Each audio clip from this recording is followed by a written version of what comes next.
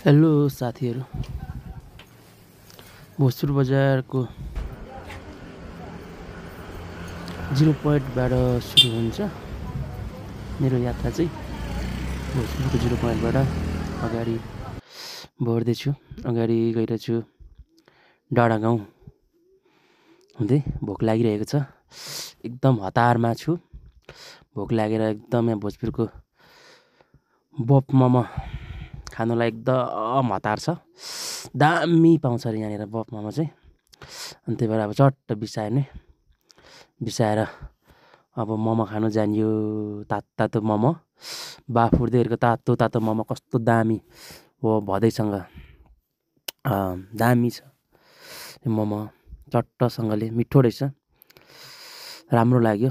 तातो तातो यो जाडोमा मोमो एकदम टेस्टी छ, मिठो। यो मोमो चाहिँ तातो रहेछ, झन्डै मुख पोलो। जोस् राम्रो लाग्यो। मोमो खाएर टक्क निक्ल्यौँ त्यहाँबाट। चट्ट हामी 4 बजेतर्फ अगाडि बढ्यो। 4 बजेतिर अगाडि जाँदैछौँ।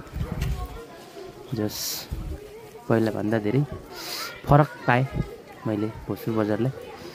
जोस् एकदम राम्रो सुन्दर हाम्रो भोजपुर बजार घुम्ने मौका मिल्यो मेरो पनि धेरै वर्षपछि। भोजपुर बजार